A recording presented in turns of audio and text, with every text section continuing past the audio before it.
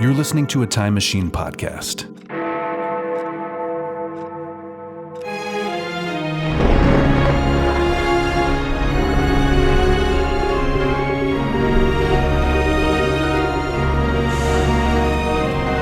Old Movie Time Machine. An adventure through time and or space.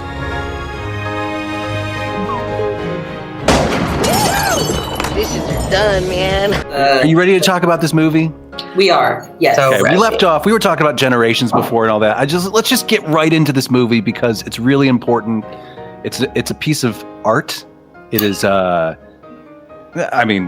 or take, but it definitely represents the time and the place. So normally I do a full, plot breakdown or whatever. It's a very simple premise, though, you guys. The time is 1991.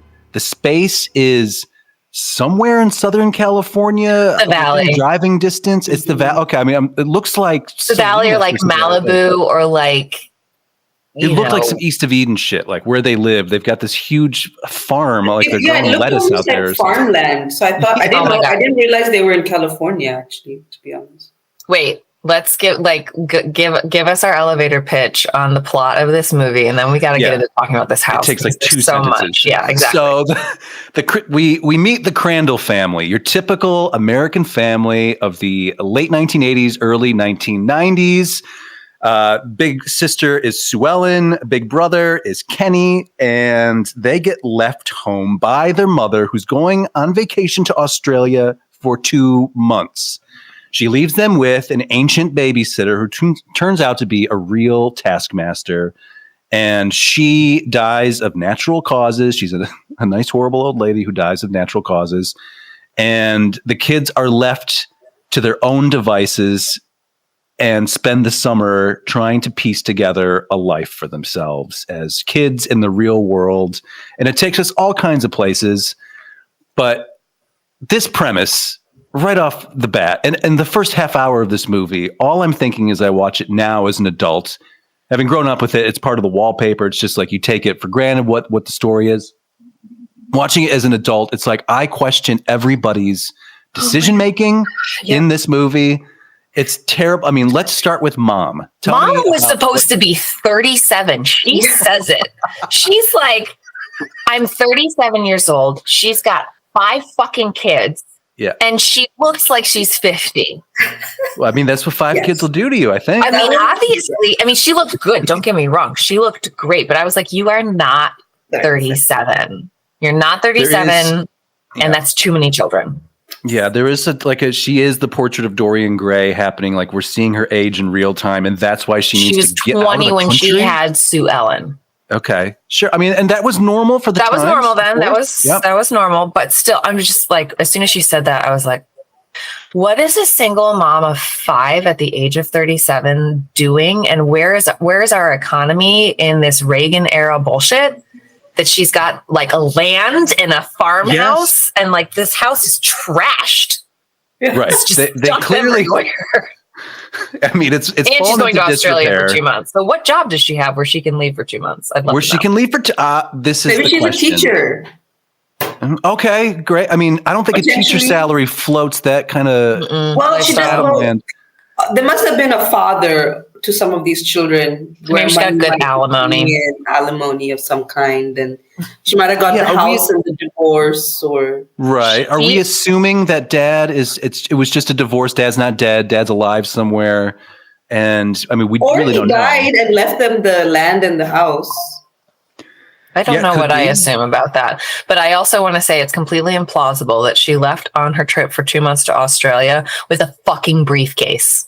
What was she doing? It doesn't make any sense. She travels light. She was done with her 5 kids. She said, "Fuck." She was really done. And like the only explanation we get, like they do try to patch it together plot wise, but the only thing we get is that Mom needs a break. You know, it's been 17 years. Mom needs a break, and so I'm just abandoning you with this complete stranger. Like all of this seems to have been thrown together very hastily. Like all of the. You're leaving your 5 children with somebody, this old woman. I mean, you know your children. You know that they're all monsters, and all of these kids are monsters in one way or another. Oh my Like God. they're gonna eat this woman alive. What are you thinking? What's the younger brother? Is it 4 kids or 5 kids? Is it like, Okay, so there's Sue Ellen, there's Kenny, then there's the blonde kid who's the romantic who buys the diamond ring. Which would have been you. That would have been your age. Yeah, probably around there, yes. And then there is the younger daughter Okay, so maybe she has sister 4 kids. who is no. I think it's there's 5. 3 boys and 2 girls. Yeah, there's the younger sister who plays baseball. Oh, right? and yes, and then the even violent. younger brother that breaks his arm. Yes, right. So we got the big 5. We got a gang of Crandalls. Crandall, by the way, a very seemingly period appropriate name. I don't know. I've never heard of a Crandall in real life, but I definitely know that there is more than one movie featuring a Crandall family. So that's a nice default. Let's talk about real quick. I mean, we're going to continue talking about the insanity of each of these characters and how it manifests. But well, Mom is barely in it, so I just wanted to get that out of the way to note some crazy facts. I mean, it's like, yeah, what are you doing? But let's talk about just where we're at in history here, because when we last left off, it was 1964 and rock and roll was sweeping the nation. We saw it with the Oneaters in That Thing You Do. We talked a lot about rock culture last time. It's the Oneaters. Oh, excuse me, the Herdsmen. My mistake. / sometimes the Mozarts. If you look at that notebook, look at Jimmy's notebook. By the way, everybody, freeze frame. Jimmy's an asshole. Yes, he is, and he quits. I quit. He quits. Right. So it's 1991, and my entire thesis of where we're at culturally is that this is actually among, if not the last of the great movies of the 1980s. Because as we've talked about in the past, these cultural shifts, they don't arrive, on the day the decade rolls over. And technically, at this point, the 90s haven't really started yet in a way that we identify with them in a mainstream cultural sense. So what we're really seeing is the final gasp of the 1980s. Absolutely. This felt like a very 80s film, and the fashion, the hair. Yes, the hair is big and blown out. We're doing big blowouts, big lapels on all the jackets. We got a lot of pre-hammer pants. Yes, hammer pants are around the corner, but I think they haven't really landed yet. Full time. I mean, again, we've talked about the long lead time of making a film. So presumably this was put together 89, 90 for a 1991 release. That's deep 80s material here. So we've got a lot of, at this point, what one might describe as the Saved by the Bell aesthetic is really is blossoming here. Maybe not as colorful as in that program, but all the hallmarks are there as far as the outfits and the big jewelry and the haircuts and everything. It's all right there, which is actually technically part of I think it's the Memphis design aesthetic, which you would recognize. It's called the Memphis design aesthetic, but I think it was made up by some Italians. But all the crazy colors and patterns and everything that we think of when we think of the late 1980s, that's where that comes from. And it's all present here. And, that might be more of like the pop sense. But if we look at where we're at in, a rock and roll sense, we have Brother Kenny, of course, and his stinky denims and his old, motorcycle jacket and his split ends. Long hair. Right. Yeah. Mm-hmm.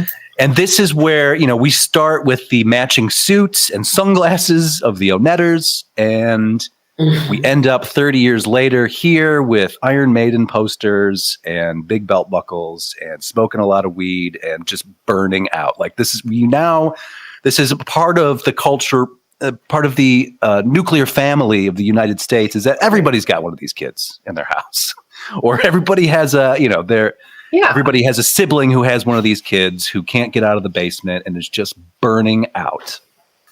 Kenny, in this case, in the same way that Sue Ellen represents the peak 80s young woman with the hair and the big earrings and the makeup, and we're hanging out at the mall with our girlfriends, and all we want to do is go to the beach and smoke our cigarettes where we please. So much smoking. Oh, it's still a time. This is a thing we monitor very carefully. Everyone's lighting up. Yes, and it's totally socially acceptable at this point to be a smoker. It's at 17. What was the age? Yeah, I think this was a part of smoking culture that eventually gets phased out within a few years, but it was certainly like a generational thing. You know, if you grew up in a house of smokers, I'm sure it was very easy to make that leap to becoming a smoker. Yeah. And also accepted by the family of like, well, you know, I'm mom and I've smoked your entire life. Who am I to tell you to not smoke? Let's at least smoke together. So I think that's where we're at. But yeah, the smoking, I mean, we're not seeing ashtrays the way that we did once, but they have to be around. And she's smoking in the car. She's smoking when she gets to the office. She's smoking at her house. It's still alive and well and part of things. And it's still a signifier of being quote unquote. Yeah. Imagine this house, the house that they live in. Yeah, because they were heavy smoking in the house.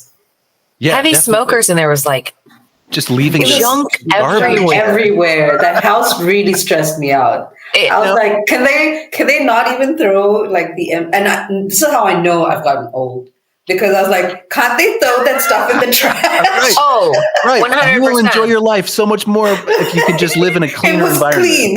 Yeah, right. I had the same thought. Like I felt like I was like crawling out of my skin at one point when they were like showing the mom. Like the mom was letting them live like that. It wasn't like she left and then the kids let the house fall apart. No, the house was falling apart.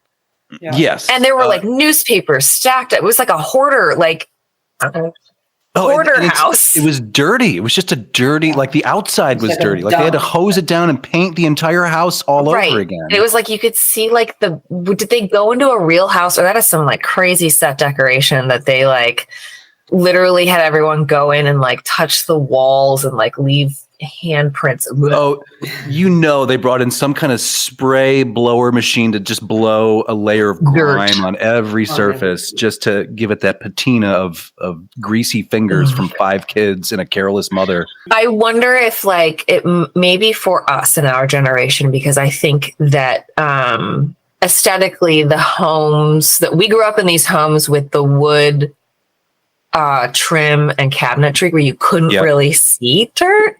That's true. And then at some point in the 2000s, it really transferred over to like, we want bright white trim. We want bright white doors. Like, I mean, I live in a farmhouse and constantly I ask myself, why did I go with white? Because like, and that's like classic farmhouse decor, but you talk to anyone I know and we're like, yeah, we love it. It's really horrendous to keep clean. Right. Which was kind of the idea, I would imagine, is like, so you know where the dirt, like you can just, you're constantly monitoring your levels. The dirt levels, yes. Right, which I will say, I wipe down my trim in my house because I have animals once a month at the very least. You got it. And I have cleaning ladies that come in, but like, I don't expect them to wipe down where the dog is slobbered. Right. It's disgusting. Right.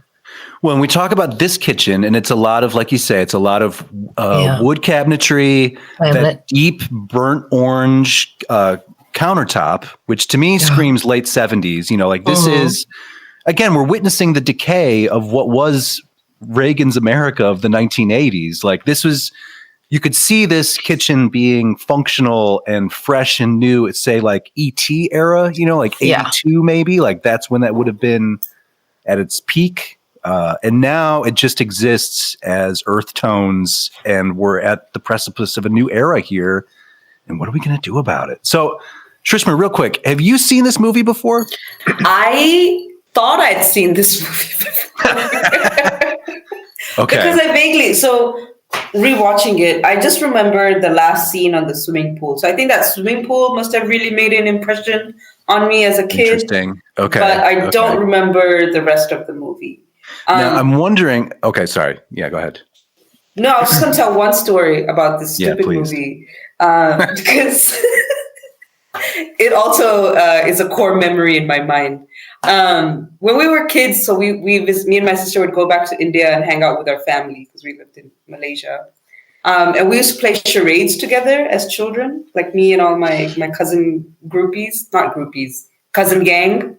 And so I remember like my sister gave this movie, or someone gave this movie to my sister to act out. And her first reaction was to slap me in the face. And you don't forget something like that. And you don't forget something like that. So the movie was "Don't Tell Mom the babysitter's dead." And that's where she started? And I got slapped in the face. Was that really wild? Did it work? Did you get it? I don't remember. I stuck. The memory stops at the slap. I have done a light Google because I needed to satisfy this question for myself. It was not a set. It was a real house. Okay, makes sense. And I'm not going to give it here, but you can Google it as easy as I can. It will give you the address, and it's in Santa Clarita. Really? Okay. Put that on the list. If that place exists, I would like to go pay homage to one of my favorite movies from this time. And this is someone who confirmed it with a crew member from 1991. Fantastic. So that's for real then. Now, Shrishma, I don't know if you are aware of this. I mean, it's certainly a phenomenon in the United States that Carolyn and I grew up in, but this notion that we see beautifully portrayed here of a garbage house, which is like a house that has the household has taken over the house. It's gotten out of control to a point where we see just piles of garbage, and a lot of the decisions that were made that we see, whether it's, the Iron Maiden posters in Kenny's room or the massive television entertainment center that they spend $1,000 on or something crazy like that. Like all of these things, and the piles of garbage all over the kitchen and living room and stairs, like all of it. This is a real way of life for some families where there's a lot of kids, maybe not a lot of parental oversight. I think this movie, the family dynamic does beautifully display this notion of a broken family or a broken home or separated parents or a single parent household, which was maybe not so much the case in the era that we just came from of 50s and 60s, where it's all about the family unit and triumphing through adversity to remain a family and all of this. By the time we get to the 80s, that's kind of over, and people feel more comfortable splitting up and going their separate ways and raising their families in that capacity. So we see that here. But I did want to ask you, do you guys have the concept of a garbage house in Malaysia or India? Is there anything comparable to what we're seeing here, which is pure decadence and slovenliness? No, I think, there are really old family houses that kind of pass through generations that people don't have, especially even in our hometowns, there's really old ancestral homes that people just haven't kept up, but it's collected of all the people who lived there over the years. It's kind of collected junk. Right. But I think of recent people, the current generation is kind of investing money back to upkeep those houses. But there are definitely some that kind of are just a collection of historical relics of the past. Full of crap. Dust, and if that's what you want to call it. Yeah. Yeah. So, yeah. I did want to talk about the soundtrack to this movie real quick, since we're setting the scene, because it is wall to wall white guy rock. It's so depressing to listen to. It's the worst music that's ever been created by Western culture, as far as I'm concerned. By the time we reach this point, the 1980s basically took away all bass out of pop rock. And this is like glam metal, the soundtrack. This is what was cool. It's a more fun family type of movie, I guess, in theory, or more, trying to shoot for a teen audience. So it's not totally heavy. We're not getting super heavy metal like we would get with the second Bill and Ted movie, where it's just Faith No More and just some really heavy shit. But here we're getting just white guy 80s rock, which is soulless and boring and has really shitty guitar solos and some whiny songcraft. And that's the entire thing. It's just one after the other. And it's really sad. And this is critical for us to understand because 1991, right around the corner, in fact, in November of this year, a little record called Nevermind comes out by a band called Nirvana, which is basically anti all of that aesthetic and it just sort of wipes the slate clean. And all of a sudden, all of that stuff that came out of the 80s from, the hair bands and glam outfits and spandex and big blowout hair, it's gone. This might have also been like right before NKOTB, like really bad 90s boy bands. It would have been actually around the same time. I think they were like 88, 89, maybe into 90. I feel like that might have been their peak. But all of this goes away, this entire aesthetic, as far as the mainstreaming of that type of culture, the alternative nation. Because meanwhile, like all of this is the product of what we see on television and MTV, and meanwhile, not everybody in the country is subscribing to that kind of sunny outlook of the 1980s and the consumerism and the cocaine and the just focus on money and commerce. Some people are rejecting that, and there is an undercurrent, an alternative nation, if you will, that is happening, that is finding an audience, and that audience is becoming more and more mainstream. It's starting to gather more people. And so we see a lot of music festivals in this year of 1991, going to see these more alternative bands, many of whom are from Seattle and the grunge scene and all of this. And then eventually Nirvana puts out this record, and it's a huge smash, and it kicks Michael Jackson out of the #1 spot, and it's very symbolic and everything. And so that's the end of 1991.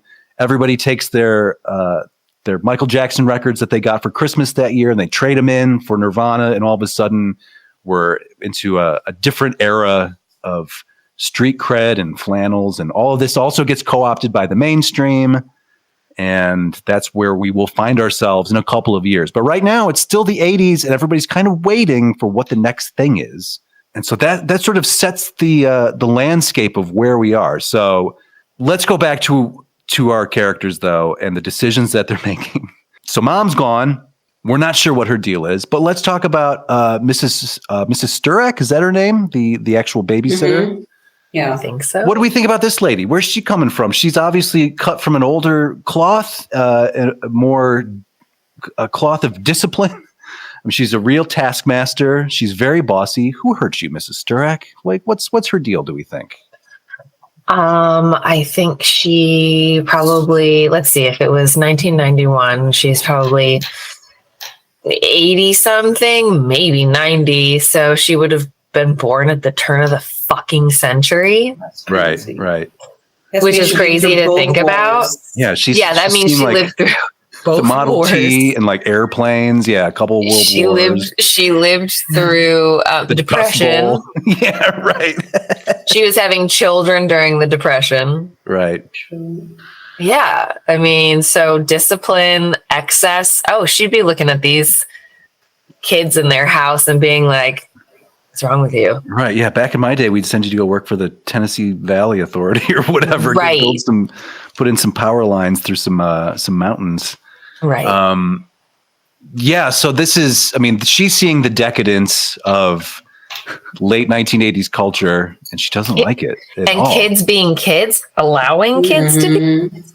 Well, and let's talk about the behavior of these kids, because again, this is an era that, like, at least in the United States, you don't see this too much anymore, where the kids kind of definitely have their own private adultish lives that they're living, and they all just sort of shack up under the same roof. But those kids are not being monitored in the slightest. We're in their business. We're in their business. We track them on their smartphones. Yeah, you helicopter over them. You hover over them, and you protect your little lambs, your baby birds. But back then, you just gave them a pack of smokes and said, I don't know, don't come back till... Good luck. Oh, yeah. To a point, although now I'm also like, where it's like, I don't know, just, you're 18, you gotta figure it out. I think there was some of that here, but I think it starts at like 13 apparently, because these kids, wow. Well, that middle brother is really having a very serious romantic relationship. Like, I feel like that's a plot line that got cut or something. I believe that is the case.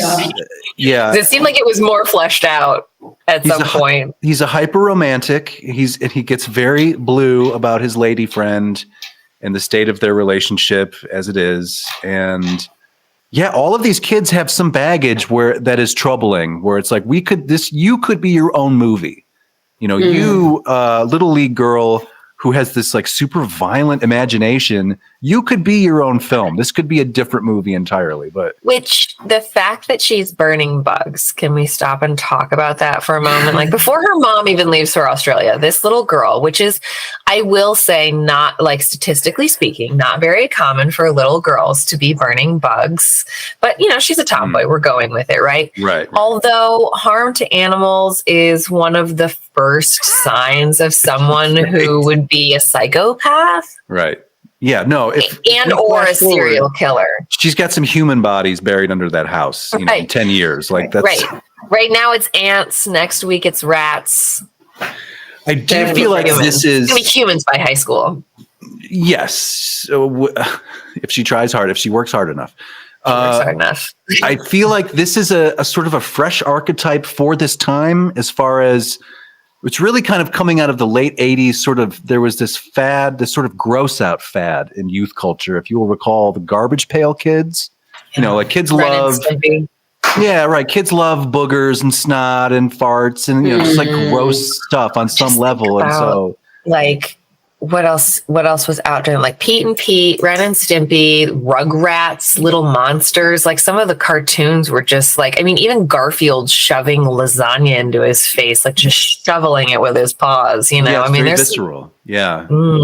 It's real like borderline body horror, the amount of booger talk that you get around this era. And it's sort of embraced. I think that does kind of come from, you know, Nickelodeon culture for sure, sort of, which had built itself to be like, this is where kids can be kids. You know, like, pick your nose here with slime. Booze, slime, whatever it was. Yeah, yeah. Oh, yeah, the green stuff. Yeah. It probably started with... You can't do that on television? No, I was going to say with Ghostbusters and Slimer. Some of that as well, for sure. If you think about it. And then it was, when was Ghostbusters 2? With 89, yeah. Right. So and all of this. Why am I drippings with goo? Exactly. So, and kids love goo. There's been a slime renaissance in recent years, I'm aware of. Where, you know, do we love goo? Yeah. Did you not love goo? You had Floam. You had a Nickelodeon branded Floam. I probably back did. in the day. I had the Ghostbusters branded slime. I had a like a little jar of it. It was fantastic. Did our parents even let us go there? I think it was maybe not something that they wanted for us. I mean, I definitely feel like I remember getting the slime, and that was a real struggle to obtain that slime. That's not something mom wants, you know, for me to have access to. I have another 80s, 90s question for you. Okay. Both of you. Rubber cement. Yeah. Or Elmer's. Oh, well, both have their appeal, right? I mean, you can do crazy shit with both of them. You can get high off of rubber cement, though. Yeah, I think the Elmer's, the appeal there was that it wouldn't kill you the same way that rubber cement would. Rubber cement would kill brain cells. But I mean, there's certainly a lot of fun to be had with letting that stuff dry and then like making peeling it off. Right, yeah, right. Okay. I mean, again, it's a visceral, gooey experience. Like, late 80s, a high point for goo. I think we can all agree on that. Yeah, for sure. Anyway, sorry. That just like that time period also reminds me of like, are kids still doing that? Are kids still getting high off of rubber cement? I think they're probably sniffing highlighters and all that. I think so. I mean, they're all just doing vapes now. Oh, that's true. Well, yeah, now, right. And the prescriptions and all that. I mean, the mood we were just self-medicating with rubber cement. Right. Oh my God, I'm really anxious. We were just looking for a good time. Right. You know. Mm-hmm. So Mrs. Sturek, she passes away of natural causes. And again, this movie is such a cartoon. Oh, I forgot that this movie opens with an animated title sequence. We didn't even talk about that. I meant to bring that up, Justin, exactly, because I'm like, this does not fit at all, but this makes it so Looney Tunes. Right. This is a very, very cartoony version of reality. And I think that's what sets it apart from the typical 80s, like the John Hughes strain of 80s movies, which are much more definitive of the 80s. I feel like this is like a very 90s version of an 80s movie because of things like this. The other things that were coming out around this time, I'm thinking like Who Framed Roger Rabbit and like Dick Tracy, and there was kind of that like melding of cartoonishness with yes. This was sort of a golden era for animated opening sequences. The Honey, I Shrunk the Kids, another great one.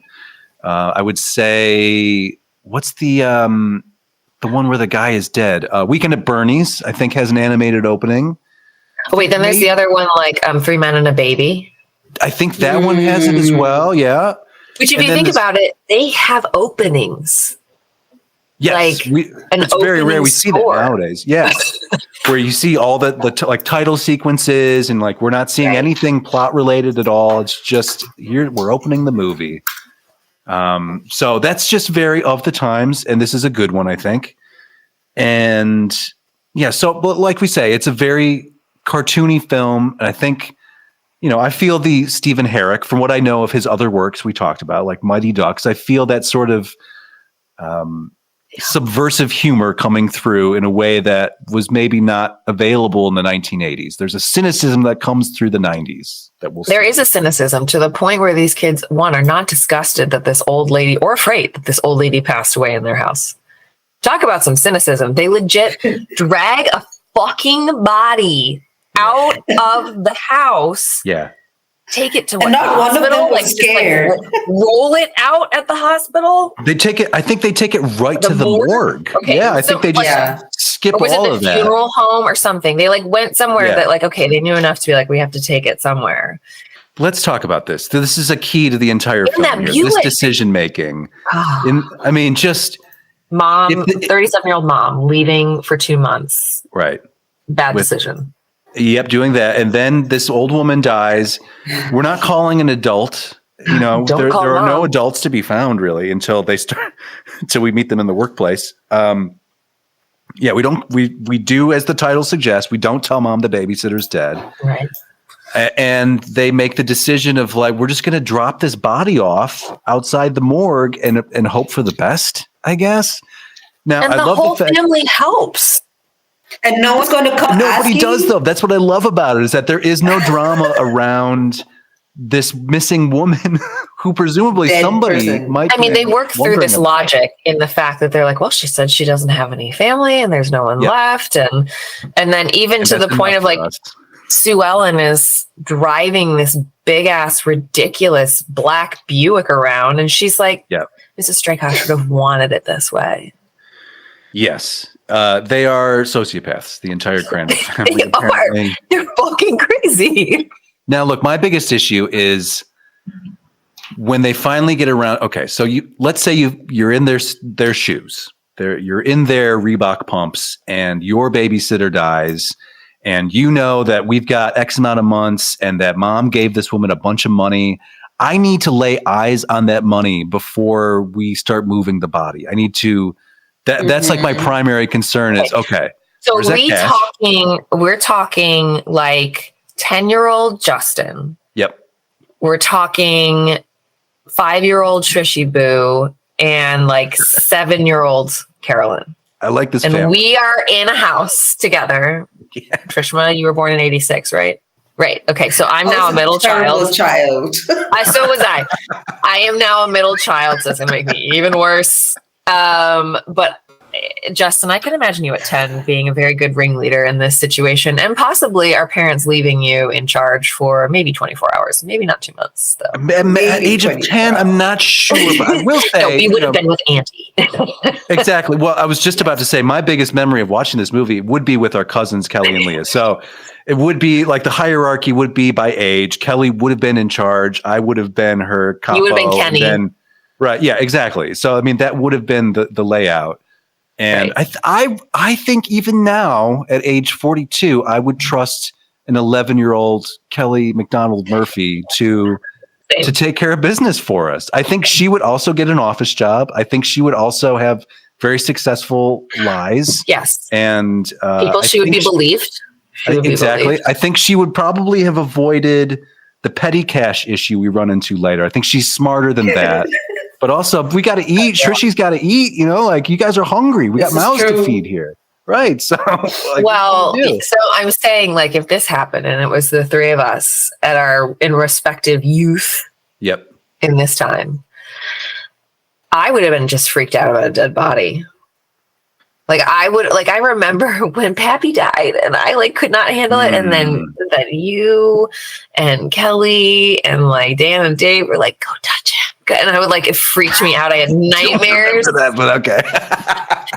You kept all. We're talking about our great grandfather. He would have been the first close death that we would have experienced. That we yeah, exactly. And he, this is the point being, I think, because we had put a baseball in his casket. It was one of those open casket situations, which I still don't like. No, but I do remember this where Mom was standing next to the casket and touched the body and was like, you can touch him if you want to. It's okay. Maybe that's what it was, but it fucking freaked me out. Well, it is a dead body. So I'm just trying to think if 10-year-old me would have understood the concept of money enough to have pieced together that we need to find this money. I think so, because I think I was trying to counterfeit money at that point. So this would have been a priority. I was trying to draw my own versions. I like how these kids didn't even break into a penny bank. Yeah, none of them had a little. Not one had a piggy bank they could have broken into, go get cereal and milk. Right. No, because I think as soon as that money enters their lives, it is spent. They're those kids. Clearly. That's true. But also, I understand that the house was on some farm somewhere, but there are no friends around to come check in on them, because that's something I know. Even if my parents left me and my sister, there were always people who would check in on us. So you got aunties and nobody exactly or even the farm next door, you know what I'm saying? Right. Somebody. Because you would think, they clearly live out in a smaller city, town area. Yeah, you're a known quantity. Those fucking crazy Crandall kids. Did you hear about this? I just left for 2 months. Legit live on a farm, and I still check on my friend's farm, down 10 minutes away from me down the road when they travel, and same thing when we travel, which is hey, yep, everything looks good.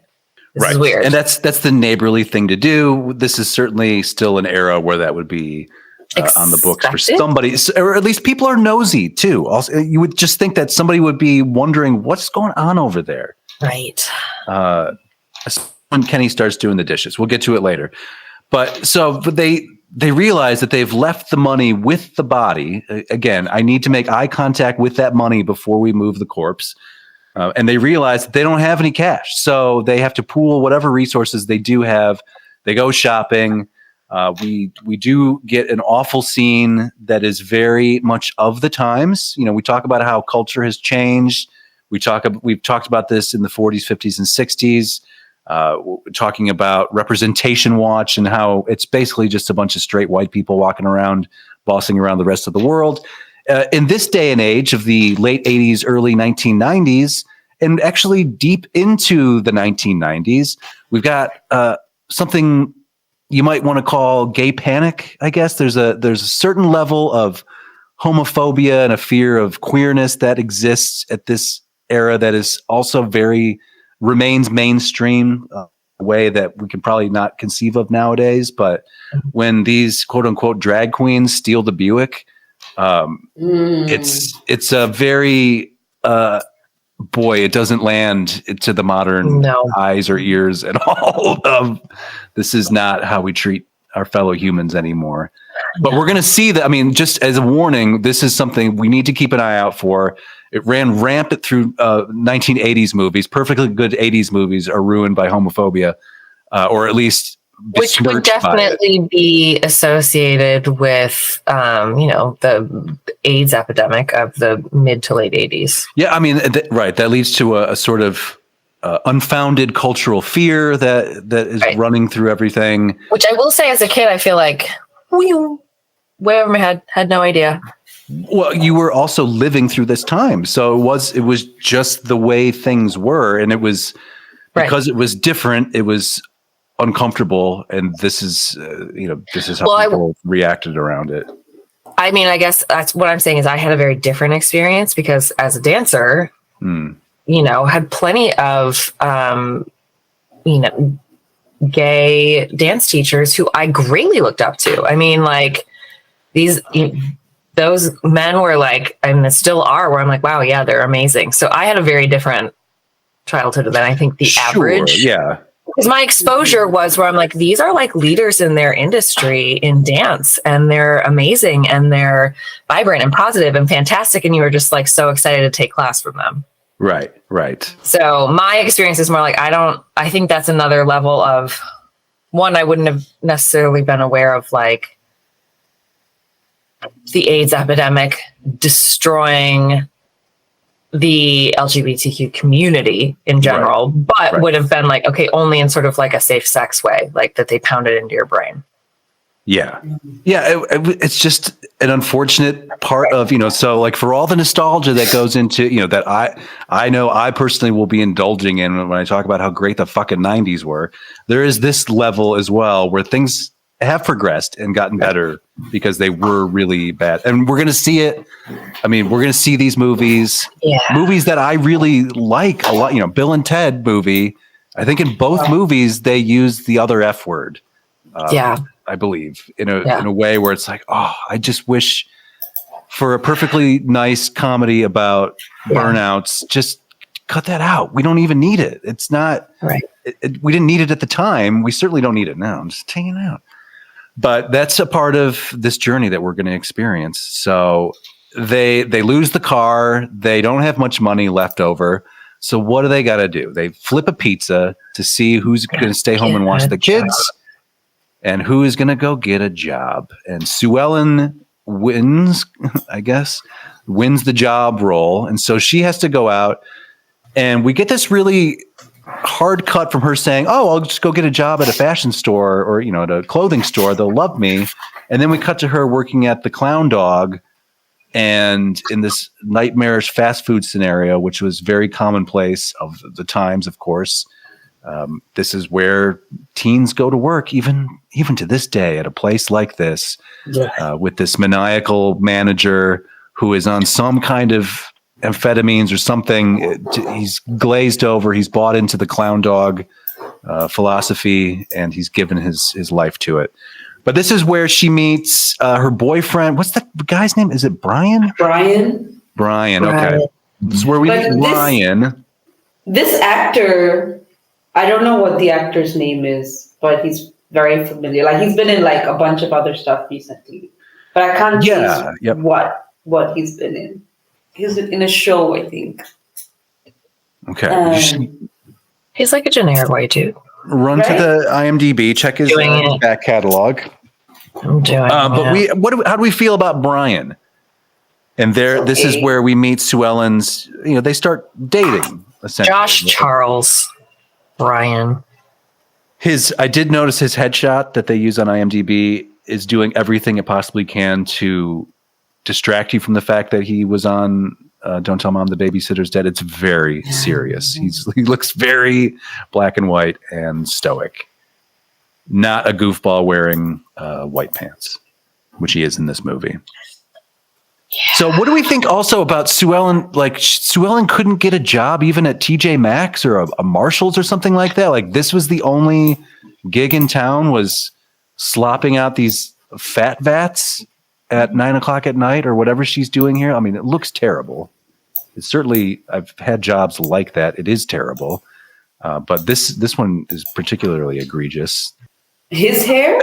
Everybody's looking up Brian. Yeah. Ooh, I remember. The Good Wife. Sorry. Oh, okay.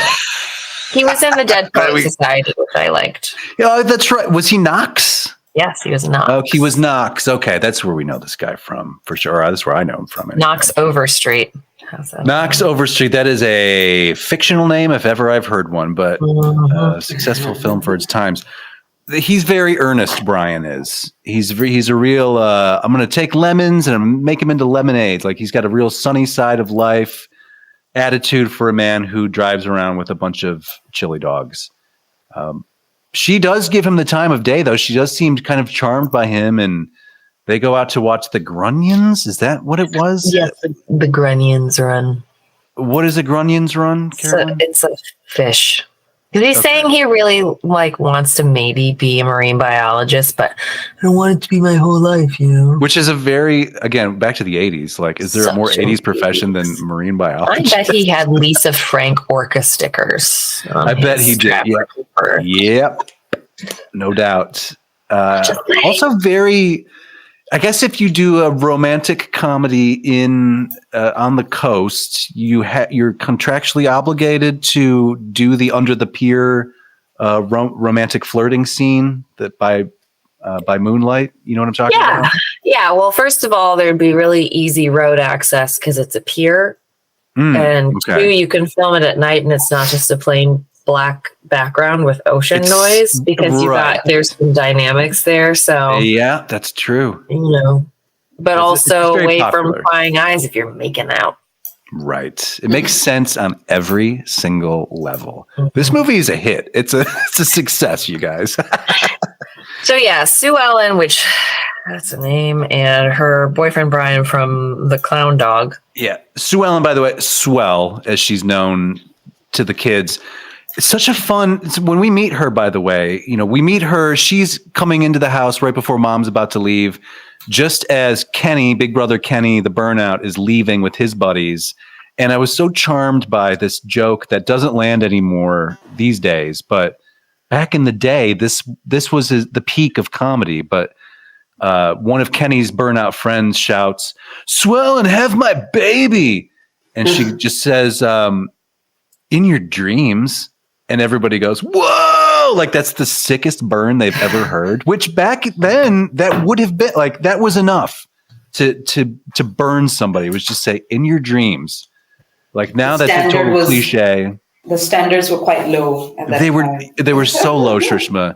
This was also an era where you could just shout the words "rock and roll," which Kenny does a handful of times, and that's enough to bring the house down as well. Everybody's like, "I know exactly what that means. I feel like that." Yes.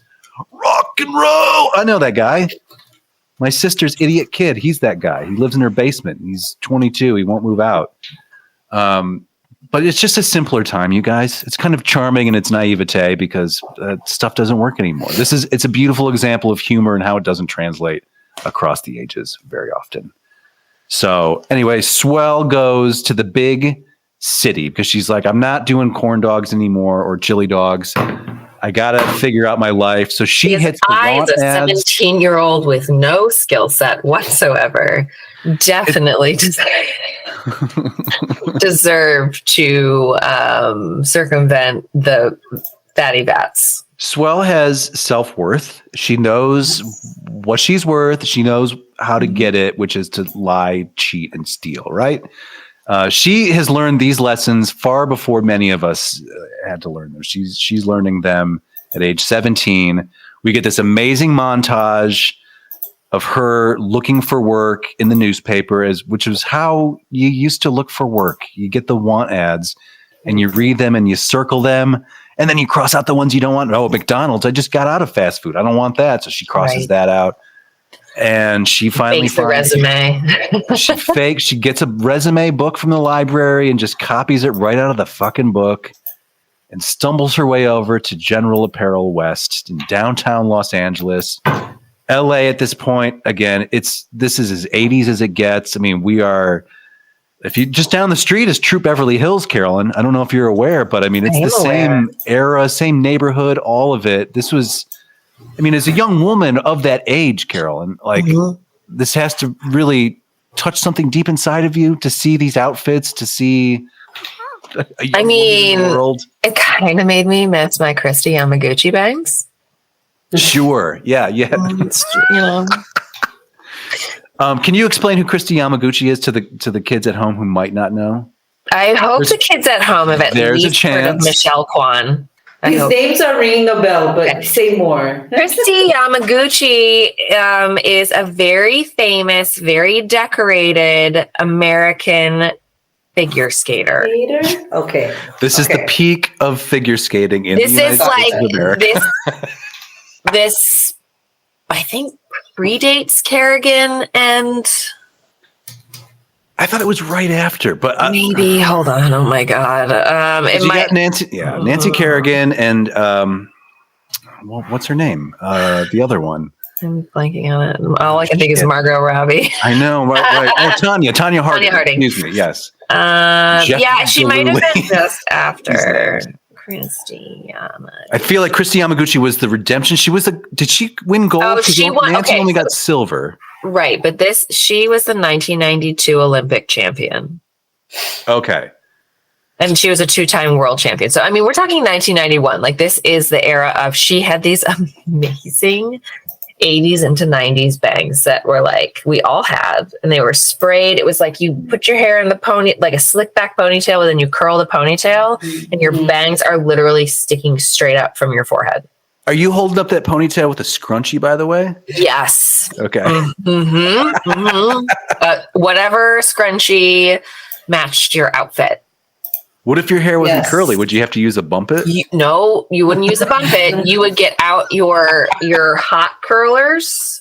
Oh, okay. And you would sit there and have your scalp burned. Right. So that you're like, you could have curl, and you had to spray a piece that got curled.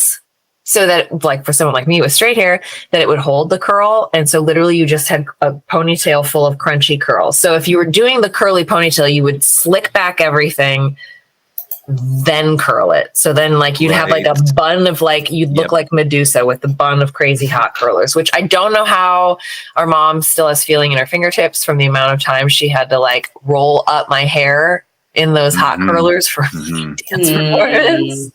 Well, and again, as previously mentioned, this is a time, it's a high watermark for goo. So at that point, everybody's hair, like, to get your hair the right amount of crunchiness, you would kind of dollop in just various layers of LA Looks gel and also mousse, mousse in a can, sort of just many different types to get that volume and hold that you're looking for your ridiculous early 90s hairdo.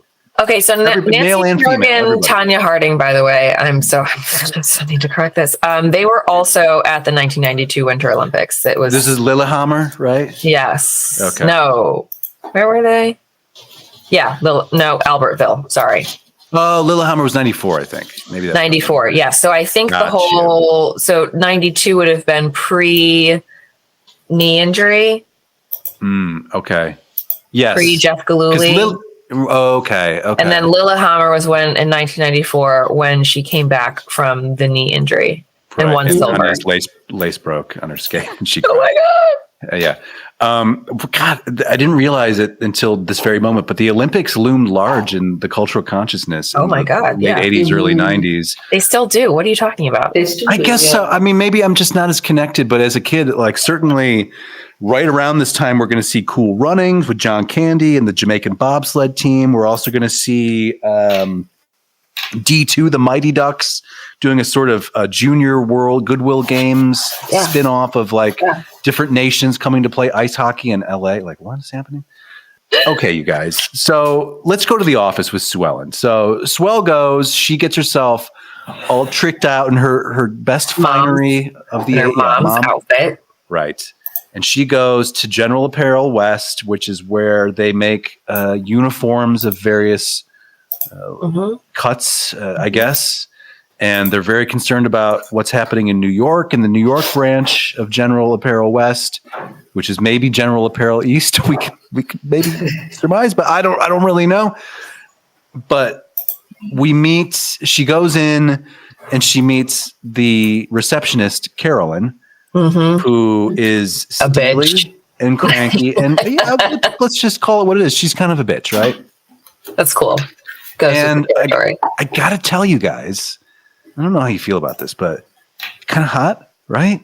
I feel like of all the ladies that we see here, and I don't know how you guys feel about the people you're seeing in this film, and if you can find yourself attracted to any of them, because again, it's a very awkward transitional time that we're, 80s into 90s. Everybody's looking a certain way, but I feel like Carolyn, for as bitchy as she is, but also she's not as extreme extreme in the 80s look, except for like once or twice. She's kind of That's like true. when she's dressed up for like the fashion show. And I think one of the times when when her brother Brian comes to talk to her, she's in a very like 80s outfit. But she doesn't perm. Like she's got her hair's pretty straight. She's got the widow's peak. I love a widow's peak. Get out of here. And also just her attitude, like, because she's dealing with dummies all day. So I'm sure this is hard-earned bitterness. But also, again, I asked the same question. Who hurt you, Carolyn? Like, what's wrong with you? Why are you, like, all she did was show up with the resume and you start doing the baby talk, the personnel, like that whole thing. It's it's rough. Yeah, but you're not supposed to like her anyway. It's not like Sue Ellen's going to go in there and they're going to be besties. Like, she has to have... She needs a foil. She needs a foil to everything. And what she goes into, we know that Carolyn's a huge bitch because what's the boss's name? Rose? Rose, yeah. Rose. Mm-hmm. Yeah. I love that Rose. Redhead Rose is like, she's supposed to be my new executive assistant, but I can't stand her. So she just hires Sue Ellen straight off of not seeing much of her resume.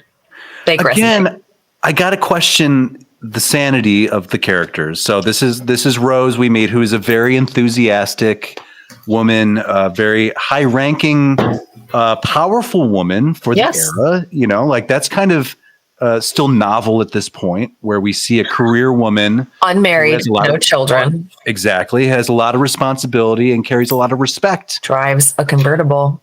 Yes. Also smoking in her office. Relentlessly. She has a jar of Skittles.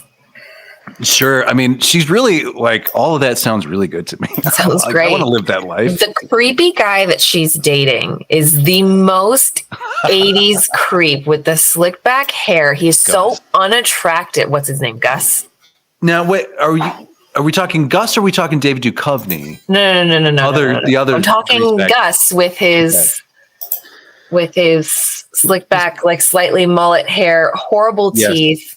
Like there's like, no, I mean, the body type of men in these movies compared to now where they're like jacked as shit. And you're like, okay.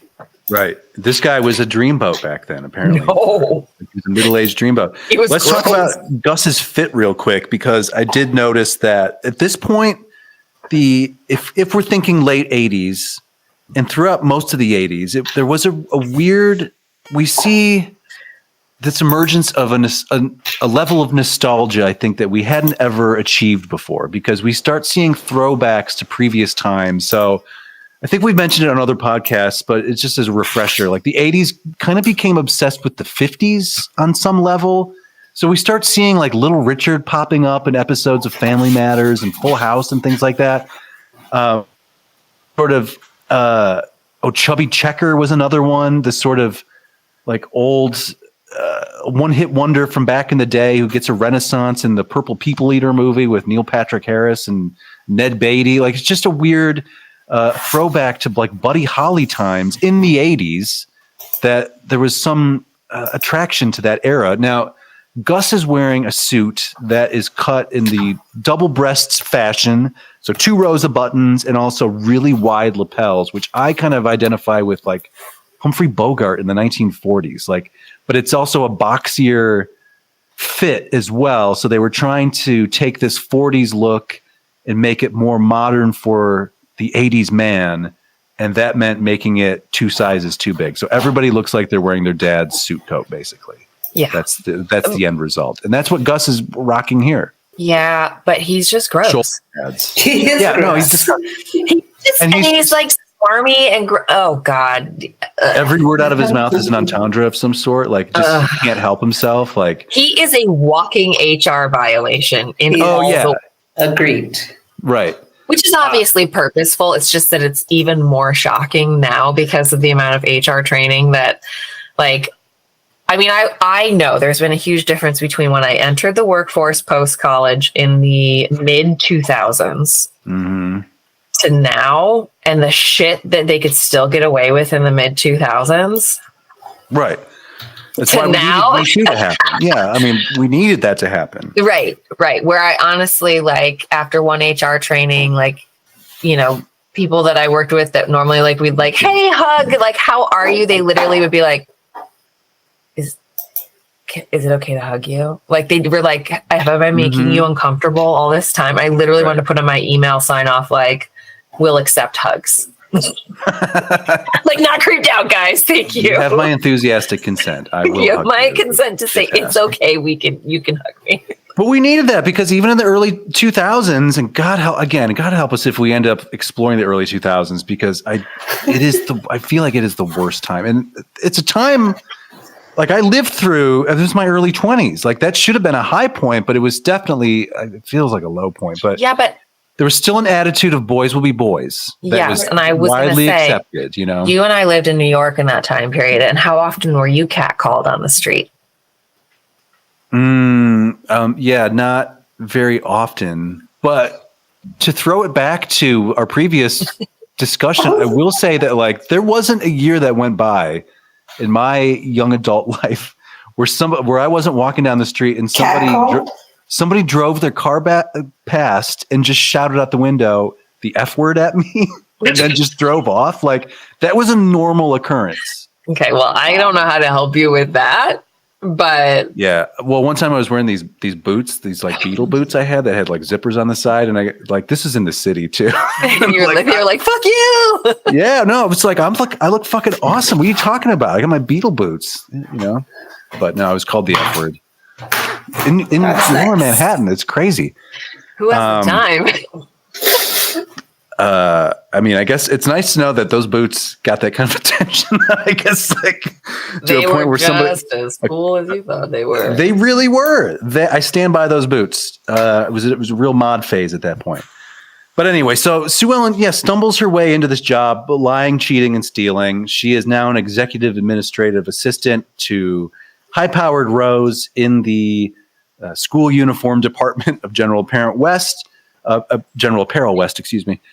And we start laying groundwork for Act 3, basically. This is her adjusting to life as a career woman is Act 2, and Act 3 is the company's in crisis, and I got to bail them out. So, but Sue Ellen is also in crisis in Act 3 because her family has spent the petty cash. Of course. Well, let's talk about the petty cash. Like this is how business used to be run once upon a time. It's just a box full of money in a drawer. I had petty cash.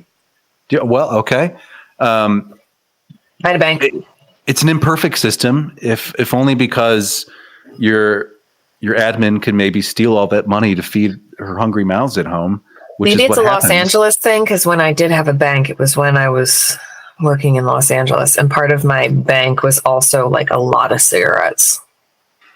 Okay, yeah, that would make sense. With your clientele that you were dealing with, you needed to have that on hand. Right. So like before and after every shift, though, we had to account for what we had. So, and it was like each one of us had our own, and it was locked away so that like if I knew a specific guest was coming in and I knew what kind of cigarettes they were going to ask for, I would stock up on those in advance. Right. So I might have a very different selection of smokes. Right. And Carolyn, of course, is referring to her time working at a very high-profile hotel in Los Angeles. I don't care. I mean, I can say that. I'm not saying anything about anyone. Right. Okay. So what was it called? The Chateau Marmont. It's very famous old heap. If I wasn't sexually harassed 3 or 4 times a day, then I hadn't done my job. And that's by the staff and the guests. Right. And that's not the early 90s either. That's not the early 90s. People, that was in a decade into the 2000s. Full on decade in. So anyway, Sue Ellen has to get used to Yeah. She's got to get used to life at the office. She is dealing with these old computers. I mean, let's get nostalgic about what old desktop computers used to look like, and that old black and green screen, and what a nightmare that always was. Joanna never really touches that computer. She just kind of looks at it, tries once, and then never touches it again, and like outsources, which is real. I mean, I agree with Rose. Like the delegation here is great. Oh, it's critical. Yeah. But I mean, you're right. She doesn't even try very hard. She's just indiscriminately tapping keys and hoping that will log her in somehow to this, whatever DOS system this is. And lo and behold, it does not work. That isn't how computers of the age worked. But this does bring up the issue of the QED report that we hear. We get a lot of action around this QED report. I had to look it up. QED is Latin for something like it is what it is, or something like that. I don't think this is a real business report that I've never heard of one unless. Right. I mean, and Shrishma, you're project manager. Like you would have run into a QED report at some point. When she opened it, it looked like, like the account statement or like the account. Right. Yeah. Profit and loss or something like that. Right. Yeah. Exactly. Yeah. But I've never heard it been called a QED. And I was right. I didn't look it up, but I was thinking, what the fuck would QED stand for in terms of, a financial report of some kind? Right. But nothing came to me. And qualitative Excel data. They wouldn't have had Excel at that time. I know. That's the thing is like this project that Rose has lined up for Swell would have taken like a quarter to put together, like all those binders to manually import all of those figures into one other giant binder. Like that's an insane. That is how business used to be run, though. Like that's where data entry comes from. Like I used to do that for companies. Give me all of your sheets and I will put them into one sheet. Like that was a job at one point. It's craziness. We have come a long way. Now all of our reports are generated by robots who are smarter than us. And we're all going to be out of work soon. But so to just finalize the work drama, there's a whole subplot that's not terribly interesting about the big school uniform account, and the superintendent needs to see the QED report. And also the kids are revolting at the idea of having to wear school uniforms. And this eventually leads into a crisis for Rose where nobody's happy about the uniform. Right. The company's collapsing around her. Yeah. And on a personal level, Rose has been sleeping with creepy Gus. The creepy Gus is hitting on Sue Ellen, and she's rebuffing his advances and not telling Rose until we get to the third act where she's finally like, you know what? Mm-mm. The lunch that they have, that Swell has with Gus, is one of the most disgusting things I've ever witnessed. Gross. It's a crime against humanity. When he says the words "juices flowing," like I almost threw up. Yes. In my bed where I was watching this. Like it's interesting that you as a man have that reaction to that. I'm glad that you do, that you recognize that, but do you understand that that's like par for the course? It's just wildly inappropriate. Like it's just not something. The wildly inappropriate things I've had said to me by complete strangers. I don't question it. This is not a cartoony part. This is a reality. It's just, man, if and I'm not endorsing this behavior. God, this is dangerous territory. But like, okay, let's say Gus is single, Swell is single, and he's under the idea that she's an adult, she's of age, and he wants to flirt with her. This is not how you flirt. That's with anybody. Really bad pickup line too. It's what I'm saying. It's poor game. You could just it is. But there's a lot of people out there who have no game. Yeah, and yet Rose loves it. She is there for his affections, old Gus. So, but fortunately, that he gets the rug yanked out from under him at a certain point. Let's go back to the other romance though, because meanwhile we find out, Swell finds out, pieces it together that Carolyn, the bitchy receptionist, her now mortal enemy, her brother is Brian from the Clown Dog stand. And there's great potential. For whatever reason, Brian is obsessed with the idea of Swell meeting his sister and hanging out with his sister and going to Dodger games with his sister. And she, at this point, knows she has all the information that they don't have. And so she's just coming up with excuses. He's getting offended. He's super sensitive, early 20s white guy. So he's just like, what's your problem? Why are you doing exactly what I want? And that becomes a whole bit of drama. The other layer of drama is back on the home front. Kenny, our burnout buddy, who, this guy cracks me up. I love Kenny so much. Oh, I love the arguments between brother and sister sounding like an old married couple. Yes. That's another classic trope now, but back then that would have been a fresh dynamic that was later played out in an episode of Seinfeld with Jerry and Kramer, where like I stayed up and I stayed up late for you and I made you this dinner and now it's cold and you've ruined our evening. And it's a fun bit. And I think it could still maybe work in some contexts in the modern times. But although I do feel like we have to bring it up just because culturally time period is different. Like it is very funny, but at the same time, it's like when men are saying it, they're just making fun of women because women do the stay-at-home labor. So when it's a role reversal, then when the men say it, it's funny versus when a woman says it and you're like, gosh, you're just a bitch. That's true. Right. So that's not fair. Like there's part of it. Yeah, right. The trope is built on a horrible cliche. Right. Or stereotype. Yeah. I will say that Kenny probably has the best lines in total, and certainly the best line of the movie. Like the most famous line of this movie is when Swell tells him to do the dishes, and we cut to him and his buddies on the roof, skeet shooting the dishes out of the sky, and we get the home run line. Dishes are done, man. It's the greatest line of this type of movie ever, and it was in the trailer, so it was in the start of every VHS tape of this era was the trailer for Don't Tell Mom the Babysitter's Dead, culminating with Dishes Are Done, Man. And it is just strikes the perfect note for the intended audience because, if you're a kid, you're like, this doing the dishes sucks, number one. Number two, wouldn't it be kind of fun to just throw the dishes up and shoot them with a gun? Where did these kids get a gun from? Where are the neighbors? Shooting skeet off the roof. It's a crazy idea. Don't think too much about it because it doesn't make any sense, but also just enjoy the randomness of it, the carelessness of it, because that's what a kid wants. It just really struck a chord with me. And the other one is when he brings his little baby pot plant home and sets it up on the shelf and it falls off and breaks immediately. And he just looks and goes, fuck. And it's really you wouldn't hear a kid say fuck in a teen movie nowadays. Just like you wouldn't see a kid smoking a cigarette nowadays. Did you know that swearing is a sign of intelligence? Is it really? Is that supposedly? I don't, come on. I'm just totally kidding. I mean, yes, supposedly it is, but whatever.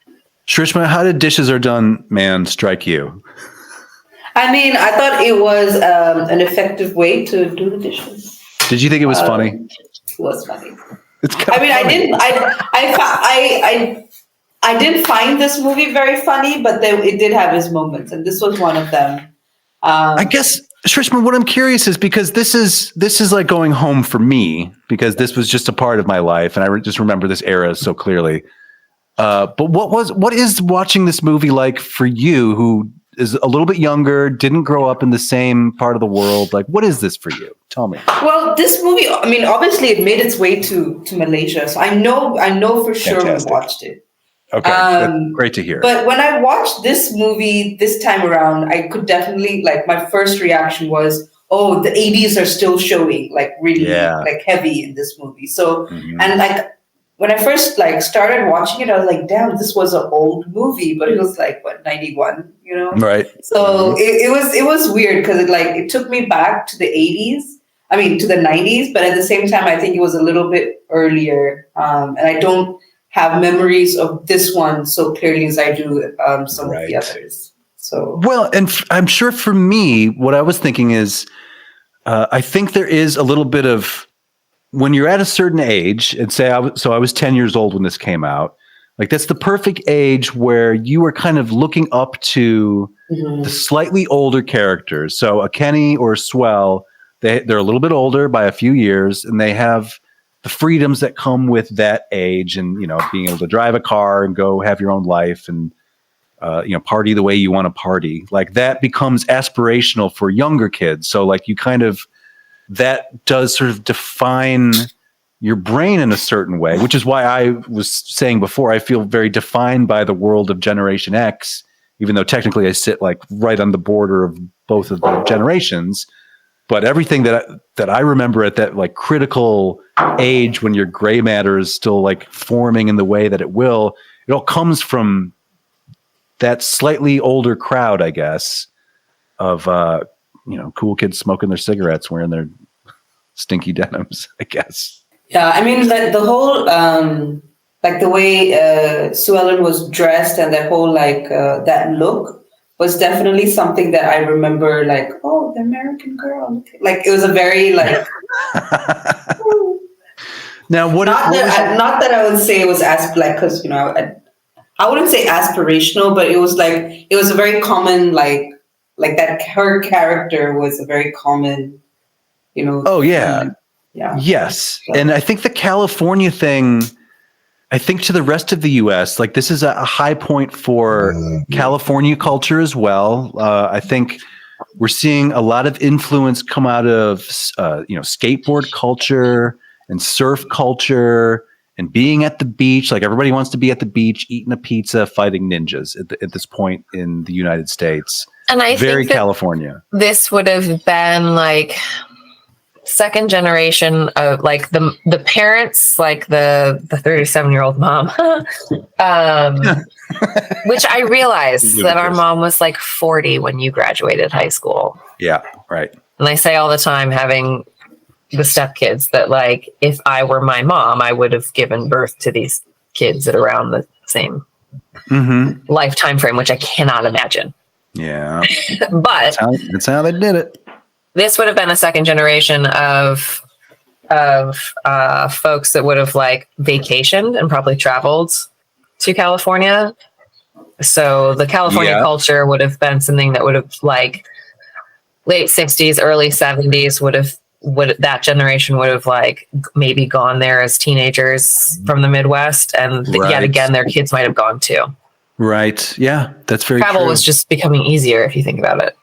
And in a practical sense, as far as the content itself, everybody's watching the budget, right? So if we're going to save some money, why are we going to pretend this is anywhere else? Film just north of the San Fernando Valley. Exactly. Right. We're all shooting MASH at this point, and that's just what's on the menu. We're not even going to pretend it's somewhere else.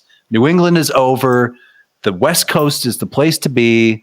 This is where Motley Crue is from. This is where people are wearing neon green fanny packs and rude dog tank tops and things. Right. It was just like beach culture. That was hot at the time, and it was exciting. Your Ray-Bans with the day glow color arms. Like it was. I feel like that's still hot. I think it's come back around. I think it's still a look that still floats around, but this is the first time I think it was really tapped into in a big way. Yeah. Whereas like, if you look at movies of the 80s, like if you look at your John Hughes movies or, something like Uncle Buck or Great Outdoors, like they're all sort of Midwest. They're very Midwestern. Chicago, Wisconsin, it's very Midwestern. And then the California thing becomes more a fantasy, a sort of aspirational lifestyle that trickles through all of Bayside and California Dreams and like all of like these youth television shows built around surf culture. It's really weird, but this was it. This was what was happening, and then that ground zero moves north to the Pacific Northwest, and we get lumberjack chic and all of this, as we're going to explore soon enough. But let's wrap up this movie here. So our third act, we have to wrap up Kenny real quick. So Kenny's going through a crisis, an identity crisis. He's burning out. He's not leaving school. He's just getting high, hanging out with his buddies, listening to his heavy metal. And during some of his stoned carelessness, there's that other awful scene that doesn't hold up well when they get the dog really high. And I just like that has never sat well with me. And it's just not cool to do to an animal. It's the opposite of saving the cat, if you will, getting the dog blown out.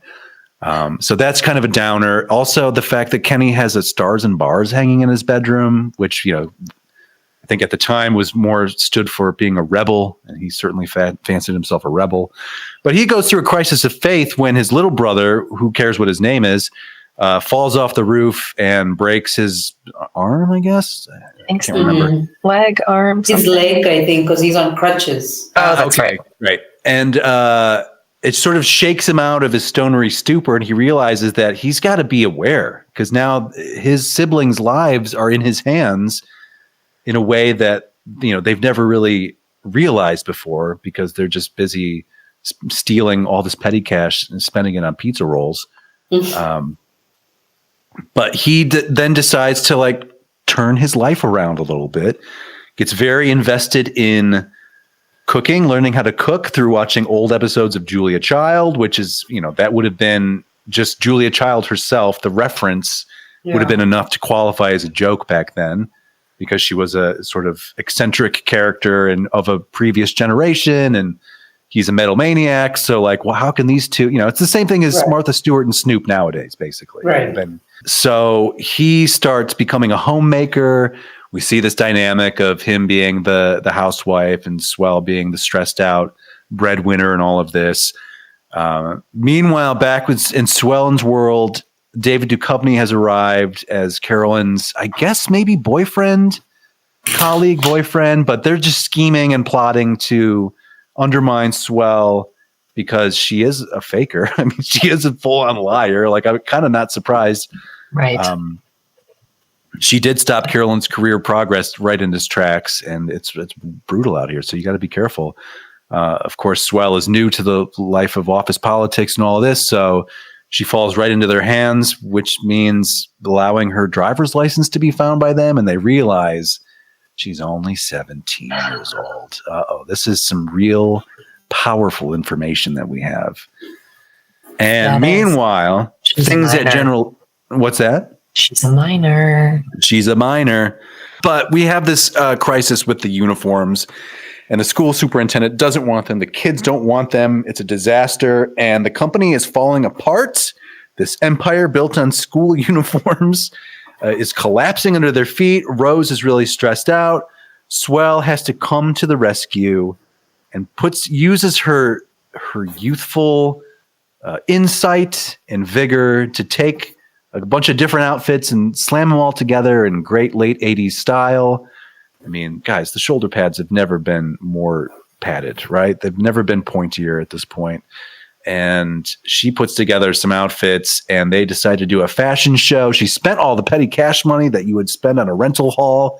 So let's do it at our house and somehow afford to buy enough paint to repaint the entire fucking house. That's crazy. That house is so filthy. That's a multi-month project.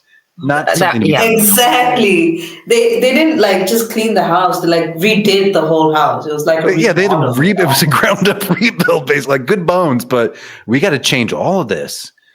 I guess the only other thing before we get to the big finale, which is just a party. But the other thing is that middle brother, right, who's very morose and spends $1,000 on a diamond ring for his girlfriend. Oh my God. Just worth noting, and it's something that we should keep an eye on during our adventures in this decade. He's very depressed, right? And this is an era where nowadays we can talk about, very openly, we can talk about feelings. There's a real focus on something called mental health. All of these words were not in common usage at the time. You did not talk about your mental health. If you were sad, it's just, a phase that you're going to have to plow through one way or the other. It's rough out there. This is before it's commonplace to be medicated for, various depressions and anxiety disorders. Those drugs were they were doled out not as liberally at this point. I think they were still working on, trying to find the right way to distribute those, which would have been right after I left high school anyway. I think that became much more commonplace to just medicate things. And then, I think there was some bounce back against that when we realized, hey, everybody's just drugged all the time. And now there's more of a focus seemingly on talking about our feelings and processing in a healthy way. And it's just something to keep an eye on because we're still at a point where we're not seeing that. I mean, that certainly didn't exist in the 40s, 50s, and 60s. In a way that we can identify with our modern eyes. And clearly in the early 90s, also not something to be spoken of in a way to be taken seriously. So again, progress has been made, if only in an incremental sense, but it's different than it used to be nowadays from 30 years ago. So, which brings us to the big final party where they refurb the entire house. I think the biggest step, I mean, Shrishma, you mentioned it, is that pool, that filthy, disgusting pool, which they then make into an immaculate resort style backyard. Also, the same trope used in another film that came out either this year or the year after, which is another relic of the 80s that was quickly swept aside by the official start of the 90s. That movie is Encino Man, starring Brendan Fraser and Sean Astin and Pauly Shore, where they actually are digging a pool in the backyard. That's just a straight up hole in the ground, which by the end, again, becomes a fully functioning pool that people are using and jumping into and having a great time. So that was, having a pool, especially an in-ground pool, boy, that's the peak of living at this point in the United States of America. This is the decadence that led us to 9/11, you guys. Like it's happening here. So anyway, all of the lies come out eventually as Swell is exposed. Mom shows up back from Australia, having done whatever she's been doing. Like I don't know what Mom's doing there, but she did it and she's back. And rather than everybody going to jail or some kind of reform school, it's really just taken as a sign of, you know what, you are an adult now. You can do this. And I should have trusted you to watch your siblings. And the end, don't tell Mom, the babysitter's dead. Are there any final thoughts? Anything that we may have missed here, you guys, that you wanted to bring up? No, David Duchovny, we skipped. I know, and I'm sure we talked over it, but I was very excited to see it. Well, we just mentioned him. Yeah, he just got a mention, but yeah, it's a young Duchovny, pre-X-Files, obviously, and he's looking his 80s best as well. Like that hair is slicked back. He's wearing a dark teal sport coat, I think, for a lot of it.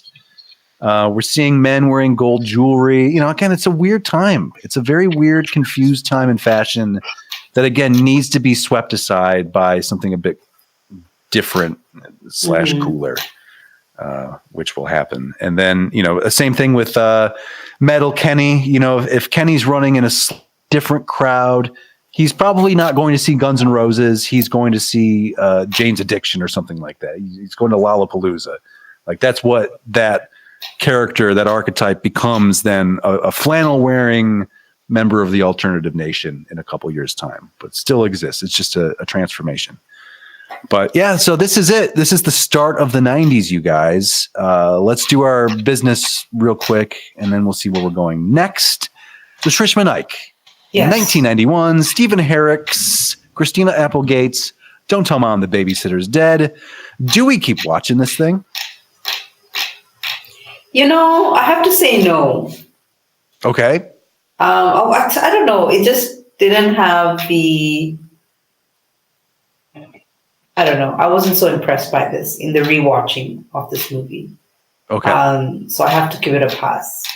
Okay. It's not holding up for you in the way. It's not. Yeah. And I wasn't feeling it so much. If you had kids, let's say... age 9 to 14, would you show them this movie? Probably not. Okay, great. I mean, this is it. This is why it's the business. These are the tough decisions we're making on behalf of all of society in the 21st century. So it's a no from you. It's a no from me. Correct. Dr. Sister, my sister and yours, Carolyn Naoroz. Don't Tell Mom the Babysitter's Dead. Do we keep watching this thing? I am gonna say yes. But only because it's so shockingly filled with nonsense. Yeah. And bad decisions. Aggressively so. Aggressively so. So I kind of feel like, let's not go back to this. Like, this is an example of what not to do. Okay. Yep. So it's a yes from you, barely, just based on grounds of, can you believe this shit? Yeah, basically. Okay. And I mean, of course, it'll be a yes for me. This was my pick. I love this movie, if only because it is so glaringly dumb.